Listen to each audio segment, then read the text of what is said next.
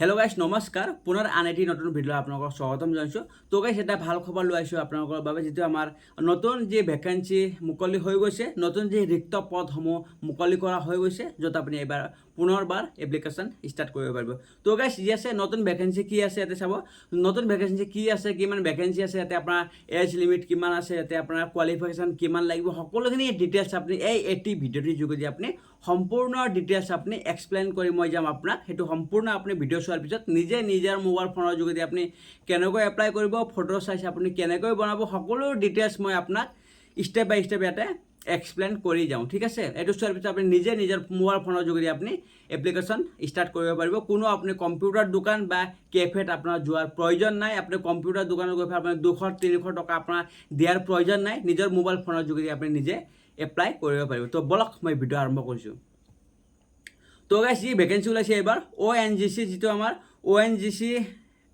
ONGCৰ ফালৰ পৰা নতুন যি 22,236টা টোটেল পোষ্ট মুকলি কৰা হৈছে যিহেতু 2,236 টোটেল পোষ্ট আছে য'ত আপুনি এবাৰ পুনৰবাৰ অনলাইন এপ্লিকেশ্যন কৰিব পাৰিব গাইছ এইটো ভাল কথা এটা যিটো আমাৰ মেট্ৰিক পাছ সকল যি কেণ্ডিডেট আছে মেট্ৰিক পাছ কৰিলে আপুনি এই পোষ্টত এপ্লাই কৰিব পাৰিব যি আগতে কি আছিল ONGC এপ্লাই কৰিবলৈ হ'লে আপোনাৰ ITI লগা আছিল ITI যিবোৰ কেণ্ডিডেটে ITI কৰি থৈছিল সিহঁতে এপ্লিকেশ্যন কৰিব পাৰিছিল কিন্তু এইবাৰ আপুনি যদিহে মেট্ৰিক পাছ কৰিছে অনলি যদি আপুনি 10 পাছ কৰি থৈছে তেতিয়া আপুনি এই পোষ্টত এপ্লাই কৰিব পাৰিব তো বলক মই ভিডিঅ' আৰম্ভ কৰিছোঁ তো গাইছ যি আছে ONGCৰ যি ফুল ফৰ্ম আছে oil and natural gas corporation limited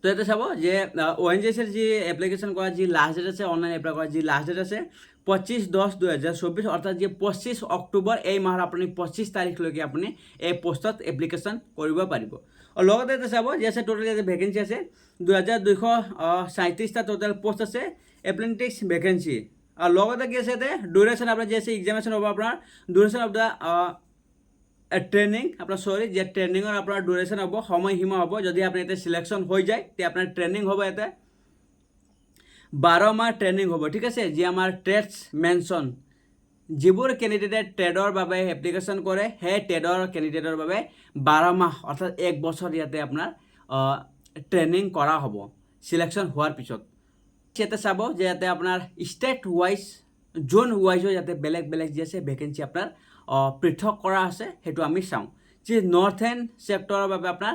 161টা total post আছে আৰু লগতে মুম্বাই চেক্টৰৰ বাবে আপোনাৰ 310টা আছে ইষ্টাৰ্ণ চেক্টৰৰ বাবে আপোনাৰ 583 আৰু চাউথাৰ্ণ চেক্টৰৰ বাবে 335 আছে আৰু লগতে ৱেষ্টাৰ্ণ চেক্টৰ 547 আৰু চেণ্ট্ৰেল চেক্টৰৰ বাবে 249টা টোটেল ইয়াতে ভেকেঞ্চি মেনশ্যন কৰা আছে ভেকেঞ্চি ইন আসাম এইটো আপোনাৰ বাবে বহুত ভাল যি আমাৰ অসমৰ বাবে কাৰণ আমাৰ যি আছে সম্পূৰ্ণ আমাৰ যি অসমীয়া যি ভাই ভনীসকলে ইয়াতে এপ্লিকেশ্যন ষ্টাৰ্ট কৰিব অৰ্থাৎ অনলাইন এপ্লাই কৰিব ONGC তো আমি জানিব লাগিব যে অসমত কিমান ভেকেঞ্চি আছে তো এতিয়া চাব যোৰহাটৰ বাবে আপোনাৰ 140টা ভেকেঞ্চি আছে যোৰহাটৰ বাবে আৰু লগতে শিলচৰৰ বাবে আপোনাৰ 71টা টোটেল ভেকেঞ্চি আছে নাজিৰা আৰু শিৱসাগৰৰ বাবে 372টা টোটেল ভেকেঞ্চি আছে টোটেল আপোনাৰ 593 টোটেল ভেকেঞ্চি আছে আমাৰ অসমৰ পৰা ONGC তো এইটো ভাল কথা যে সম্পূৰ্ণ অসমত আপোনাৰ 593টা পোষ্ট আছে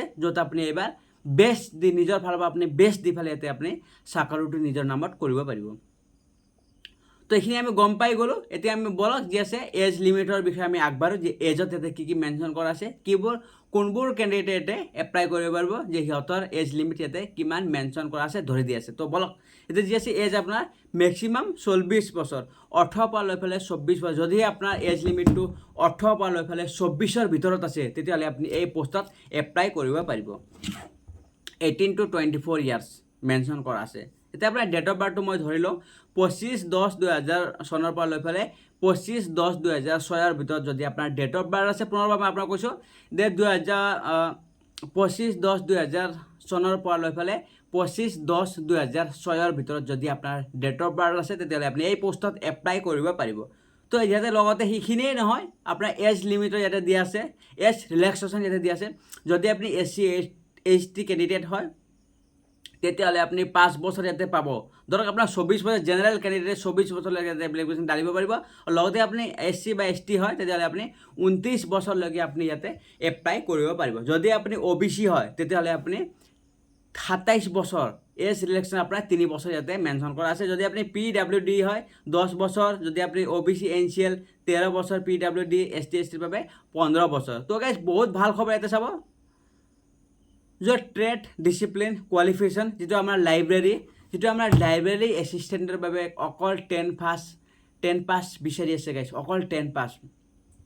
যদি আপুনি অকল 10 পাছ কৰি থৈছে, মেট্ৰিক পাছ, তেতিয়াহ'লে আপুনি লাইব্ৰেৰী এছিষ্টেণ্ট পোষ্টৰ বাবে আপুনি অনলাইন এপ্লাই কৰিব পাৰিব, অৰ্থাৎ চিলেকশ্যন তাতে ল'ব পাৰিব। এইটো ভাল কথা। ইয়াতে চাব পাছ 10 ক্লাছ এক্সামিনেশ্যন। যদি আপুনি 10 পাছ কৰি থৈছে তেতিয়া আপুনি লাইব্ৰেৰীত এপ্লাই কৰিব পাৰিব।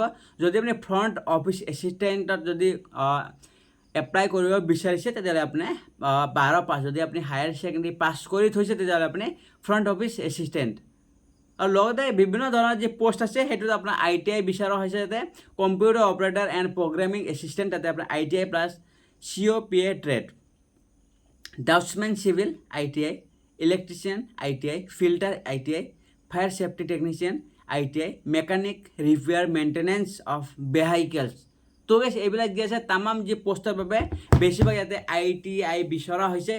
অকল আমাৰ যি আছে লাইব্ৰেৰী এছিষ্টেণ্ট আৰু লগতে ইয়াতে আপোনাৰ ফ্ৰণ্ট অফিচ এছিষ্টেণ্টৰ বাবে অকল 10 পাছ আৰু হায়াৰ ছেকেণ্ডেৰী পাছ ইয়াতে মেনশ্যন কৰা আছে। যদি আপুনি হায়াৰ ছেকেণ্ডেৰীৰ ভিতৰত যদি আপুনি 10 পাছ বা হায়াৰ ছেকেণ্ডেৰী আপুনি পাছ কৰি থৈছে তেতিয়া আপুনি এই পোষ্টত এপ্লাই কৰিব পাৰিব, অৰ্থাৎ এপ্লাই কৰিব লাগিব। এবাৰ চাকৰিটো এটা ল'বই লাগিব, ঠিক আছে।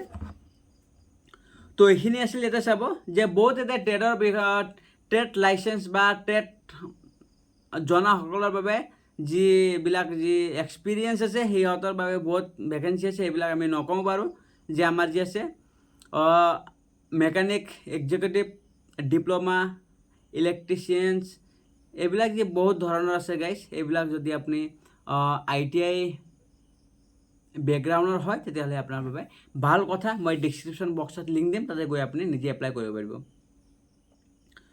তো এতিয়া আমি গম পাই গ'লোঁ হাউ টু এপ্লাই ONGCত আপুনি এপ্লাই কেনেকৈ কৰিব, এপ্লাই কৰাৰ যি প্ৰচেছ কি হয়, আপুনি ডকুমেণ্টছ কেনেকৈ এপ্লাই কৰিব, ডকুমেণ্টছৰ চাইজ আপুনি কেনেকৈ বনাব, সকলো ডিটেইলছ আপুনি এই ভিডিঅ'টিৰ যোগেদি আপুনি দেখিবলৈ পাব। ইয়াতে চাব যে মোৰ ডিছক্ৰিপশ্যন বক্সত যাব, তাতে গৈ আপুনি এটা লিংক পাব, অফিচিয়েল লিংক আছে যিটো ONGCৰ ফালৰ পৰা যি অফিচিয়েল লিংক আছে তাতে গৈ আপুনি ডাইৰেক্ট ক্লিক কৰি মোবাইল ফোনৰ যোগেদি আপুনি এপ্লাই কৰিব পাৰিব। ইয়াৰ বাবে মোবাইল ফোন ধৰক আপোনাৰ লগত যদি iPhone আছে তথাপিও আপুনি এপ্লাই কৰিব পাৰিব। যদি আপোনাৰ লগত এণ্ড্ৰইড ফোন আছে তথাপিও আপুনি ইয়াতে এপ্লাই কৰিব পাৰিব। যদি আপোনাৰ কম্পিউটাৰ বা লেপটপ আছে তথাপিও আপুনি এপ্লিকেশ্যন কৰিব পাৰিব। মুঠতে আপুনি কম্পিউটাৰ দোকান বা কেফেত, বাহিৰত বজাৰ বা দোকানত গৈ আপুনি পইচা 200, 300, 500 টকা দি আপুনি এপ্লাই কৰাৰ কোনো প্ৰয়োজন নাই। মই আপোনাক শিকাই দিম বাৰু। মোবাইল ফোনৰ যোগেদি আপুনি নিজেই এপ্লাই কৰিব পাৰিব।